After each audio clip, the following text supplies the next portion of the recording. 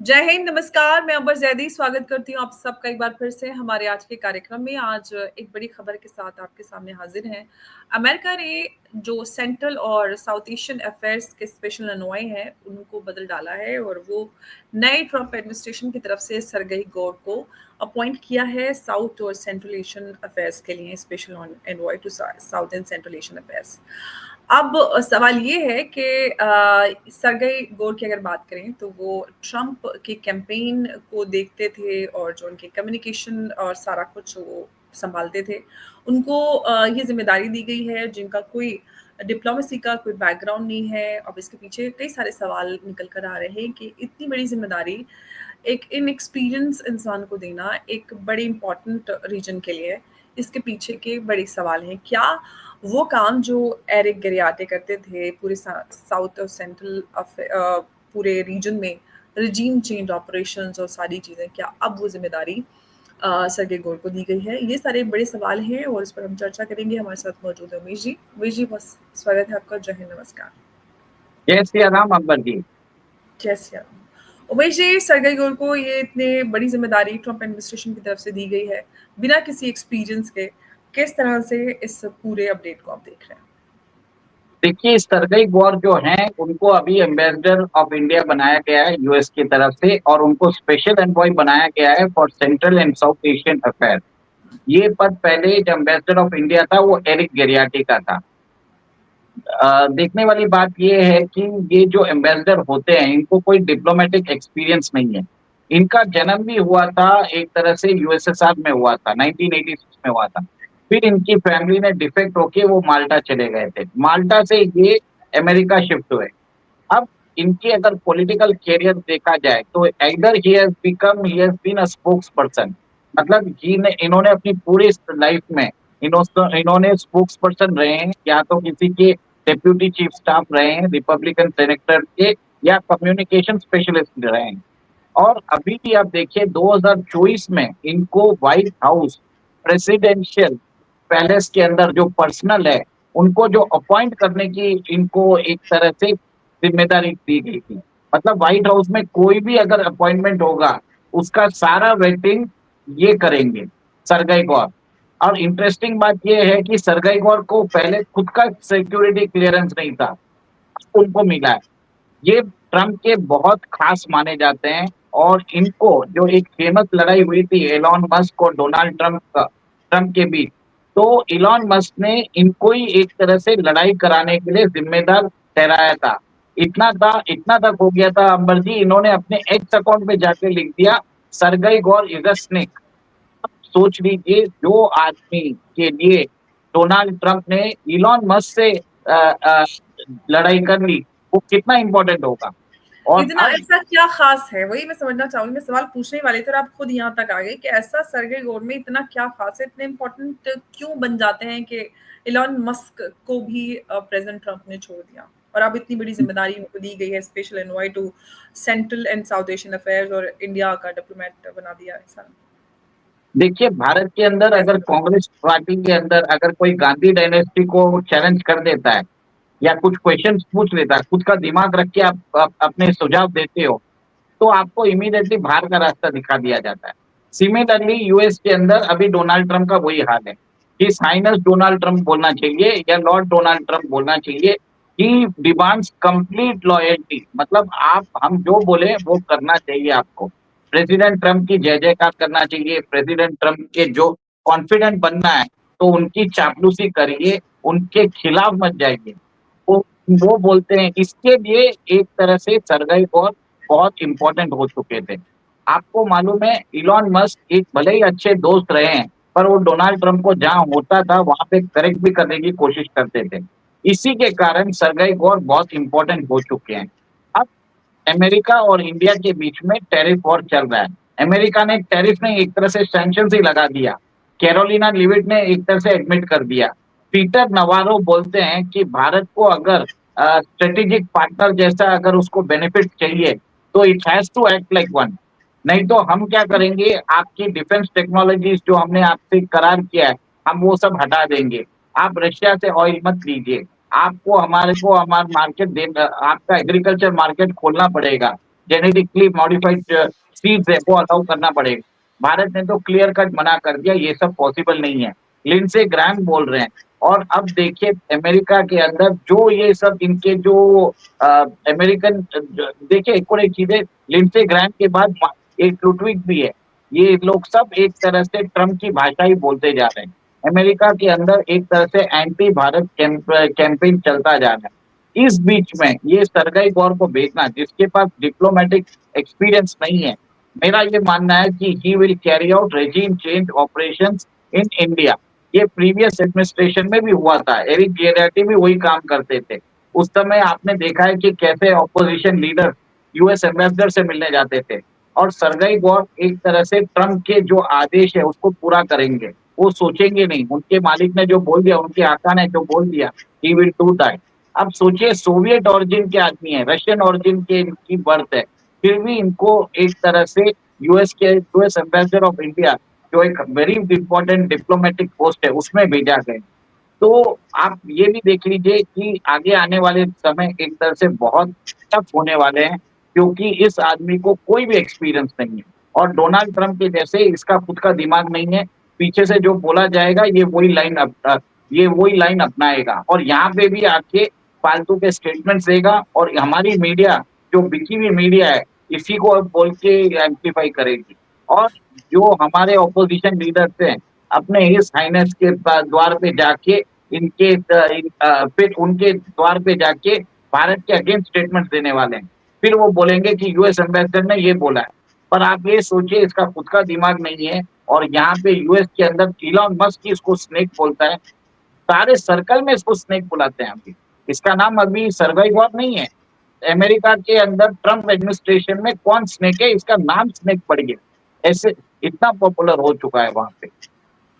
लेकिन अब सवाल ये है कि जो प्रेसिडेंट ट्रम्प की पॉलिसी है ट्रेड टैरिफ को लेकर, उसको लेकर तो रिपब्लिकन्स भी उनकी काफ़ी मजम्मत करें, काफ़ी विरोध में आ रहे हैं, खुलकर बात करें। खासतौर से भारत के साथ जिस तरह की पॉलिसी अपनाई है उसको लेकर वो कह रहे हैं कि ये ठीक नहीं है अमेरिका के लिए भी। तो ऐसे में अब सरगेई गौर को अपॉइंट करना ambassador to India from United State and to special envoy South and Central affairs, South Asian and Central Asian affairs, क्या आगे नज़र आता है कि क्या प्लान नज़र आ रहा है अमेरिकन डीप स्टेट का?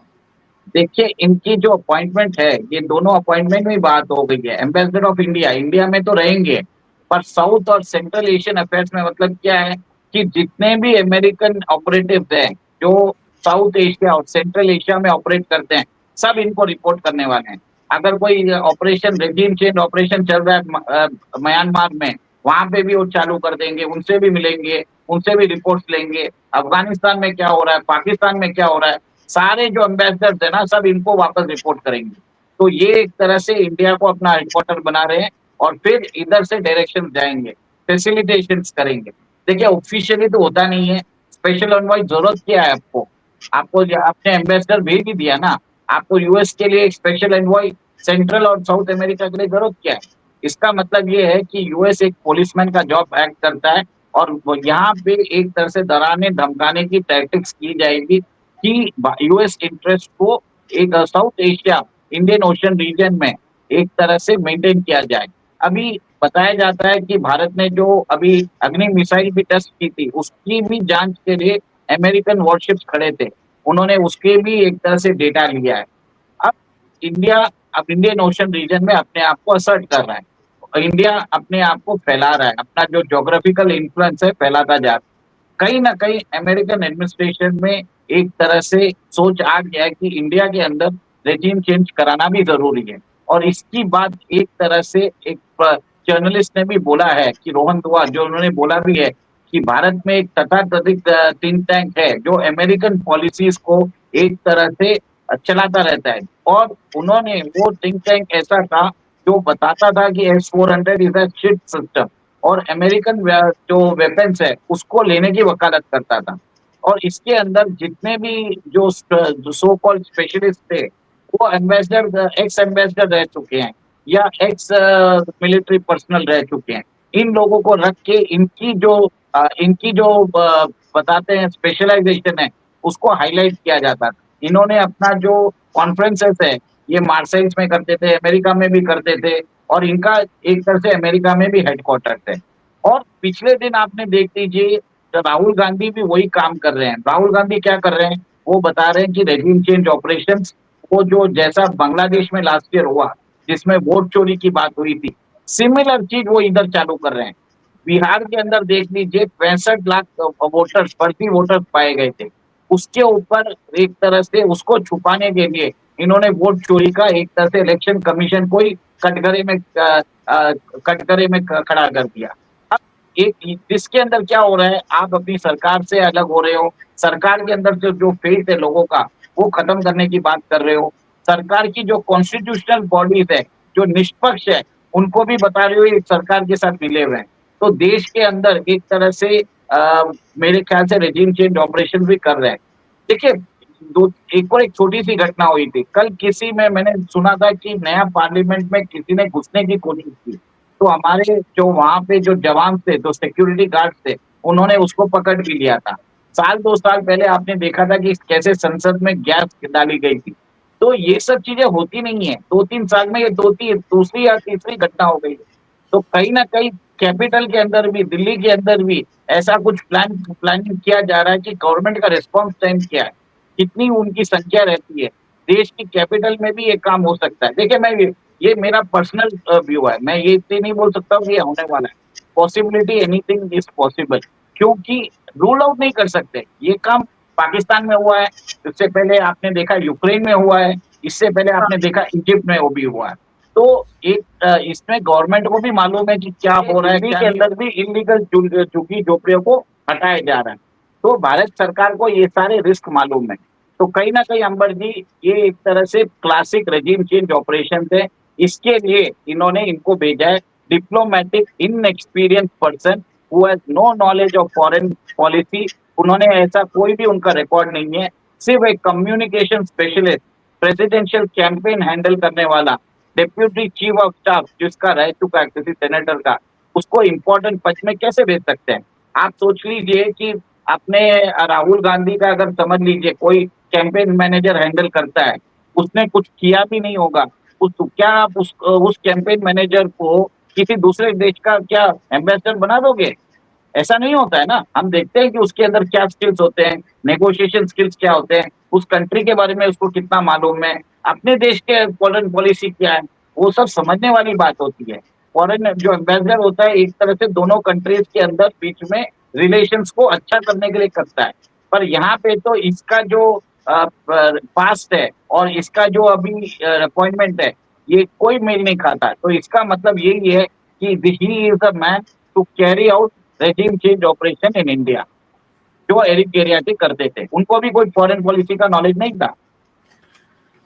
जी, वो तो है, लेकिन अब सवाल ये है कि हमने देखा है कि जो कुछ पाकिस्तान में हुआ, रेजिम चेंज की बात करें, फिर अमेरिका के ही द्वारा बांग्लादेश में भी ये कराने की कोशिश की जा रही है। अब आप ये कह रहे हैं कि ये भारत में भी एक्सपेरिमेंट किया जा सकता है। हालाँकि कोशिश तो जॉर्ज सोरोस काफ़ी समय से कर रहे हैं कि भारत में रेजिम चेंज हो जाए, भारत में सरकार ना आए। इलेक्शन के समय भी उन्होंने लोकसभा में काफ़ी मेहनत की, लेकिन उनकी मेहनत रंग नहीं लाया। अब सवाल ये है कि आखिर भारत में रेजिम चेंज कराने का या पूरे साउथ एंड सेंट्रल एशिया को इस तरह से अनस्टेबल बनाए रखने का उद्देश्य क्या है यूनाइटेड स्टेट का? देखिए, मेरा ये मानना है कि अमेरिका चाहता है कि उसकी बादशाहत बनी रहे और उसको रेयर अर्थ मिनरल्स चाहिए। बलूचिस्तान के जो रेयर अर्थ मिनरल्स है, उसको तो पाकिस्तान ने ऑफ़र कर दिया अमेरिका के चरणों में। और कल ही रिपोर्ट्स आई थी कि पाकिस्तान के रेलवे मिनिस्टर और जो अमेरिकन चार्ज दी अफेयर्स है, नेटली बेकर, उन दोनों की मीटिंग हुई थी, जिसमें अमेरिका ने बोल दिया पाकिस्तान को कि हम आपके रेलवेज़ का जो इंफ्रास्ट्रक्चर है, हम आपको इम्प्रूव करेंगे ताकि बलूचिस्तान के अंदर जो मिनरल्स है उसको उसको पोर्ट तक ले जाया जाए और पोर्ट से वो अमेरिका शिफ्ट कर दिया जाए। बलूचिस्तान में बताया जाता है 5 से 6 ट्रिलियन डॉलर्स का रेयर अर्थ मिनरल्स है। विश्व की सबसे बड़ी gold mines, copper mines, lithium mines उधर है। रेकोर्डिक और सैंडिक जो माइन्स है, इसके द्वारा अमेरिका वहाँ पे एक तरह से ओर का एक्सट्रैक्शन करेगा और वो निकाल के पाकिस्तान में रिफाइन नहीं करेगा, वो कैलिफोर्निया में करेगा। पर इसको और चाहिए। सिमिलर चीज वो चाहता है म्यांमार में करें। अच्छा, एक और एक चीज बता देता हूँ, ये सिर्फ जो और बलूचिस्तान में नहीं मिला है, ये मिला है इवन खैबर पख्तूनख्वा में मिला है, गिलगित बल्तिस्तान में भी मिला है। अमेरिका वहां पे भी वोट्स निकालने की कोशिश कर रहा है। तो उसको एक तरह से यहाँ पे एक आदमी चाहिए साउथ एशिया में जो इनके सारे ऑपरेशंस को संभाल सके। म्यांमार में भी ये कच्चिन इंडिपेंडेंस आर्मी के साथ बात कर रहे हैं ताकि वहां पे वो डायरेक्टली वो रेयर अर्थ मिनरल्स है वो अमेरिका भेज सके। अब आपको ये बता देता हूँ, राखाइन प्रोविंस जहाँ पे रोहिंग्यास है, उनको भी वहां पे भी रेयर अर्थ मिनरल्स पाए गए। और उधर भी आपने देखा होगा कि बांग्लादेश के कॉक्स बाजार में अमेरिकन ट्रूप देखे गए। तो ये सब चीज ये बताती है अंबरजीत की ये जो आदमी है he is a classic CIA operative जिसको एम्बेसडर के रूप में भेजा गया है ताकि देश के अंदर एक तरह से सत्ता परिवर्तन कराया जाए थ्रू अनफेयर मीन, थ्रू जो बांग्लादेश में हुआ था, जो पाकिस्तान में हुआ था। और पिछले दिन हमारे एक बीजेपी स्पोक्स पर्सन ने बोला भी था कि 37 MPs को गुमराह किया जा रहा है भाजपा के, ताकि वो मोदी सरकार से अपना समर्थन ले ले और ऑपोजिशन के साथ मिल जाए। और नायडू को भी हमने देखा है कि कैसे बोला जा रहा है कि आप इनसे समर्थन ले लीजिए। और जो अकस्मात तरीके से वाइस प्रेसिडेंट ने अपना रेजिग्नेशन दिया, उससे भी ये थियरी को बल मिलता है। तो कहीं ना कहीं मोदी सरकार के ऊपर एक तरह से तलवार खिंची हुई है। और मुझे ये मानना है कि 20 बार सैबोटाज वो कराना चाहते हैं बीजेपी के अंदर से। और बीजेपी के अंदर अगर सैबोटाज कराना है तो कांग्रेस में दम नहीं है, पर हाँ बाहर से समर्थन मिलता है, बाहर की कोई इंटेलिजेंस एजेंसी आती है तो ये पॉसिबल है। और ये कौन करवा सकता है? CIA के अलावा कोई नहीं करा सकता। ये मेरा मानना है, ये मेरा आकलन है। बिल्कुल, और अब समझ में आता है, लेकिन अब सवाल ये है कि भारत इस जो जो चैलेंज ये बढ़ता जा रहा है, अब भारत और अमेरिका के बीच में जो रिश्ते खराब हो रहे हैं उसके चलते, इस चैलेंज को भारत किस तरह से सतर्कता के साथ ले सकता है? क्या तैयारियां भारत की हो सकते हैं?